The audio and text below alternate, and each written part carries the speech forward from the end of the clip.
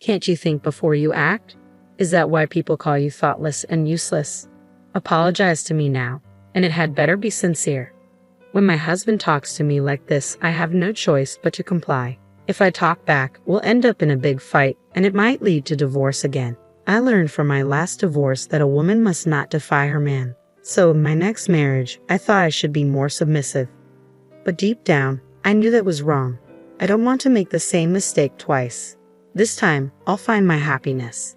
That's what I thought. My name is Jory, and I'm a 35-year-old stay-at-home wife. After failing in my first marriage and going back to being single, I vowed not to make the same mistakes. I have been living quietly, thanks to my hard work. I met Brown, and we got married. I'm often looked down upon, but it's better than my previous marriage, which was full of fights. I just live quietly day by day. Brown is an energetic man, confident in himself and a bit overbearing. Maybe it's because he's 2 years older than me. You're a housewife, so you should make sure I can relax at home since I'm the one earning. That's what a wife's job is, he often complains. Why did you put away the remote? Leave it where I sit. You're really useless, he often says. Or you need to work on being more attractive, even if it means faking youth. Make an effort to look younger than your age with makeup. He criticizes my appearance constantly. These were issues in my previous marriage too. Back then, I would talk back to my ex-husband, resulting in big fights. Now, my thinking has changed and I've decided to keep smiling and nodding without talking back. That's what I endure now. Marriage is all about patience. That's what I believed at the time. If I couldn't endure it, I wouldn't find happiness in this marriage. During my previous marriage, I pretended to be less intelligent than I am.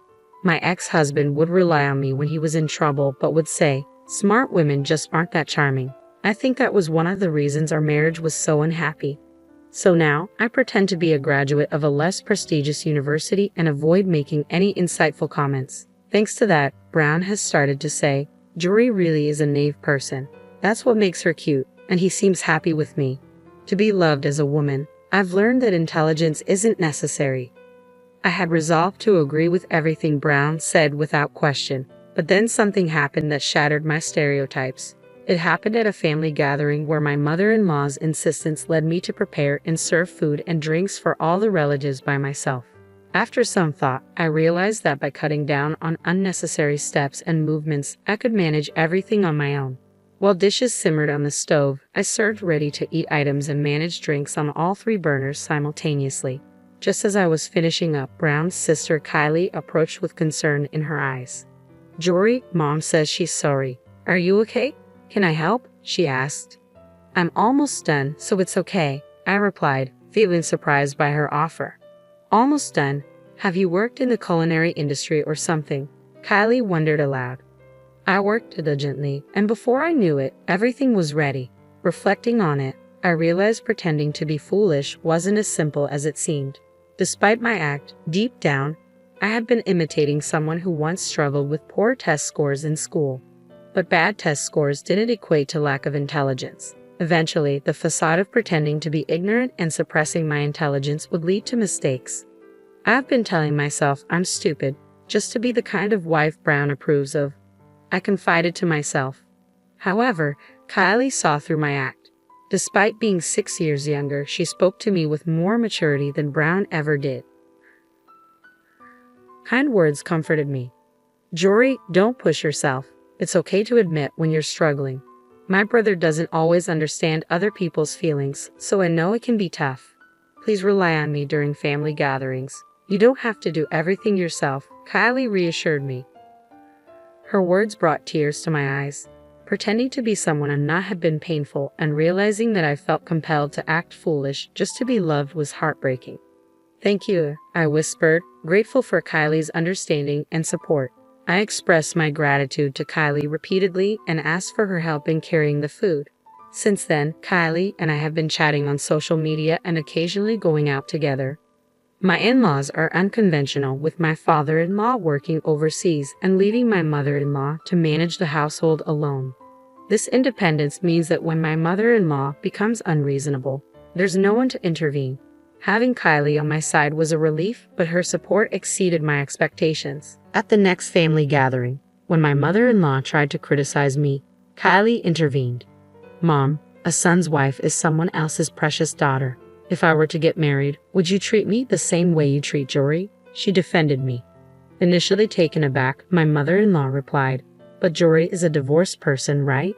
People who get divorced must have some character flaws. If I don't educate her properly, Brown won't be happy. She's not smart and lacks skill, so I have to be strict. Kylie calmly challenged her. Have you ever asked her why she got divorced? I don't know about that. Well, then you really need to see for yourself what kind of person Jory is. I know Jory is a good person, kind and very warm-hearted, but I'm worried because she sometimes neglects herself. Don't you see that? Mother-in-law listened attentively as Kylie spoke with sincerity. After a moment of thought, she turned serious. Brown told me that you're struggling in your marriage because you're not very bright. But just like this kid says, even when I've given you impossible tasks at family gatherings, you've managed them effortlessly. If you were really dumb or inept, you wouldn't have been able to do them. See? Kylie exclaimed triumphantly. Mother-in-law apologized to me. I have only been listening to Brown's opinion, thinking it was right. Jory, I'm truly sorry for my rudeness until now. It's all right, I replied, accepting her repeated apologies. Honestly, being tasked with all the cooking had never made me feel uncomfortable. I had never even considered it harassment, but I found myself slightly hopeful that my relationship with my mother-in-law might improve. However, after that incident, she became tough on Brown. Stop complaining about Jory and start making an effort to be a good husband that matches her, she admonished him. Initially crestfallen, Brown's pride seemed wounded. When he returned home, he glared at me and yelled, "What did you tell Mom?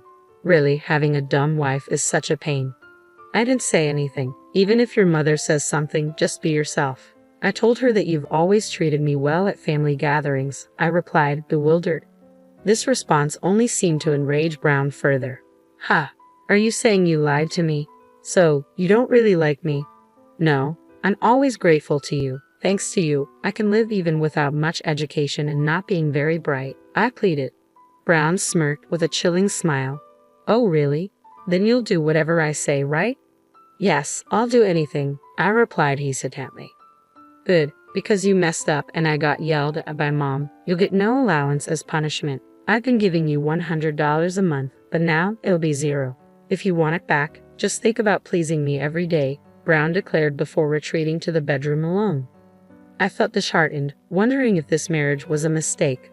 As someone inclined to logical thinking, I tried to understand what went wrong and how to improve. But I couldn't quite comprehend why Brown was so angry. If his mother scolded him, it was his fault, not mine. Regardless, losing the allowance didn't trouble me much since I had nearly $10,000 saved up from before our marriage. I didn't want to cater to Brown's demands, so I continued living as I always had. However, suddenly, and for some unknown reason, Brown grabbed my arm forcefully, made me sit on the floor, and said, "Can't you use your head more? This is why people call you thoughtless and useless." Apologized to me deeply. Confused and humiliated by the situation, I didn't understand why Brown was so angry, but I apologized, saying, "I'm sorry. I'm not bright enough to understand why you're angry, Brown. You're really the worst incompetent woman. Don't sleep sitting like this all night. Figure out why I'm angry by morning," Brown scolded. He then brought his phone charger into the living room, started charging his mobile phone, and positioned it so the back faced me. I heard a click sound. "I'm recording you to make sure you don't move or sleep. You don't have a job since you're a stay-at-home wife, so staying up all night won't be an issue, right? But don't slack off on tomorrow's chores or I won't forgive you," Brown threatened before retreating to the bedroom alone. I was a mess of disappointment, disbelief, and anger toward Brown. Regret surged within me, wondering why I had married such a man. I recalled a similar incident from my previous marriage, where my ex-husband also seemed to want to control me and demanded my obedience at all costs. With this realization, the reasons behind both my failed marriages, both the previous one and now with Brown, became clear to me. I felt a surge of anger toward my past self for not reaching this conclusion sooner. Choosing a man so similar to my last husband, wasn't I failing to learn from my previous mistakes? Once I understood this, the only feeling left in me was a resolve to end this unenjoyable marriage. I stood up, took Brown's mobile phone, and stopped the recording. I transferred the video to my own mobile phone, edited it into a 2-hour clip of just me sitting still, and sent it back to Brown's phone before replacing it where I found it. Then, I lay down on the sofa and woke up at 6 o'clock in the morning to the sound of Brown moving in the bedroom. He seemed satisfied that I was still on the floor, but was shocked to find his phone screen dark and the video stopped after about 2 hours. Did you do something to the video? Brown demanded, visibly upset. I pretended ignorance, saying, "Ha! I didn't do anything. I don't really understand mobile phones." Brown appeared to calm down slightly and said, "I'm sorry about yesterday. I got angry thinking you were trying to please me. I'm smart, so I didn't notice, but you're trying in your own way, right?" He apologized with a condescending attitude. I felt irritated, but I endured it and forgave him with a smile. "Yeah, it's okay," I said, though I truly didn't care much about Brown's opinion since I was planning to divorce him soon anyway. However, I decided that I wouldn't make it easy for him. I resolved to ensure Brown received a fitting punishment. About a month later, it was time for a family gathering, and Brown and I headed to my in-law's house. I anticipated a busy day with many relatives around. As we entered, I expected to be put to work as usual. To my surprise, mother-in-law and Kylie were busy cooking, and I was told to sit down and do nothing. I hadn't interacted much with the relatives before, but Brown struck up a conversation with the man in front of him, and I joined in. It turned out the man was Brown's uncle, and something about him felt familiar to me. Brown began explaining, "My uncle teaches at Harvard. You might not understand, Jory, but he's doing some impressive work in the field of chemistry." The uncle looked at me and exclaimed, "Brown, what are you talking about? There's no way Jory wouldn't understand that." His words left me even more puzzled. "What are you talking about, uncle? Jory graduated from a lower-tier university and can't even operate a mobile phone properly. She's not bright at all," Brown insisted. Despite Brown's comments, the uncle smiled kindly at me and said, "You're really quite excellent, aren't you? Why pretend to be foolish? Brown is the one who's actually at a much lower level. Doesn't it feel bad to be looked down upon by someone like that? You should just be yourself." The uncle's loud voice caught the attention of other family members, including mother-in-law and Kylie, who turned to look at us. "Well, I guess you're right," the uncle concluded, casting a meaningful glance at Brown. I was growing weary of being constantly ridiculed. Shall I tell the truth?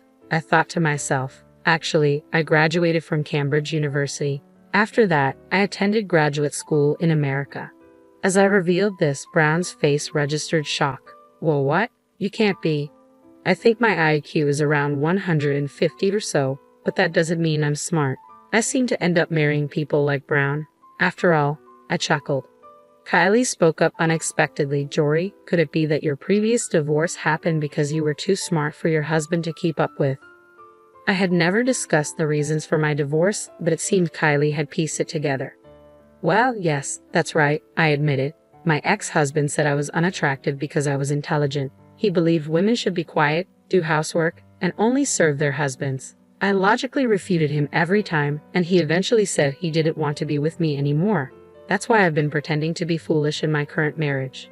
As I explained, Uncle nodded knowingly. "I knew it. You were at Harvard's graduate school for a while after Cambridge, weren't you? I thought I recognized you. I never forget a face, though I'm not good with names. Besides, you were famous at the university for being both smart and beautiful." I was surprised by Uncle's recognition. "I was there for only about a year before moving to another graduate school," I clarified. "Now that you mention it, I did feel like I had seen Uncle somewhere before," I added, recalling the familiarity. Uncle laughed proudly. "Indeed, it was you? I thought you looked familiar." While Uncle chuckled, Brown's face turned pale and uneasy. Seeing this as an opportunity, I said, "By the way, there's something I want to show everyone." I took out my mobile phone and played a video. It showed me sitting on the floor while Brown instructed me to stay up all night. Brown's voice was clear on the recording. Brown jumped up in protest. "This is fabricated. You did this to frame me. The fact that you only filmed for 2 hours proves it was your fault." As he shouted, he grabbed my collar, but the men around us quickly restrained him. And then, mother-in-law spoke up, saying, "I don't want to dine with such a despicable man. Please throw him out." With that, Brown was escorted out of the house. At the entrance, mother-in-law admonished him as he crouched. "I didn't realize you were this foolish. I was foolish as well. I'll contact you later about what to do next. Go home and behave yourself." She slammed the door and locked it firmly. Then mother-in-law bowed her head to me. tearfully apologizing. I'm so sorry about Brown. I had no idea he did such a terrible thing. I once believed what Brown said. Kylie and I supported mother-in-law, comforting her as she cried. Mother-in-law isn't to blame, I reassured her gently, repeating it until she finally recovered and put on a smile. The food's getting cold. Let's eat together, mother-in-law suggested, and we all returned to the living room. Later, I engaged in conversations with Uncle about his university research and enjoyed chatting with other family members. Eventually, I proceeded with the divorce from Brown. It went smoothly, including the division of property. When I showed Brown the passbook with $10,000 in savings I had before marriage, his face contorted in frustration. I should have been kinder. Even though I thought you were not smart, I'm sorry. You won't forgive me anymore, will you? He regretted, apologizing too late. Despite his words, I ended my relationship with Brown decisively. Subsequently, Brown was disowned by mother-in-law and cut off by Kylie. He sought help from relatives, but none paid him attention, leaving him to live a lonely life. Since then, I've found a job and am working hard. I've come to realize that a woman's happiness doesn't solely depend on marriage. I can live happily without it, focusing on what I want to do. This is when I can truly be myself. Although I divorced Brown, I've built a strong relationship with Kylie. Moving forward, I intend to cherish being true to myself, occasionally meeting and enjoying time with those I wish to get along with.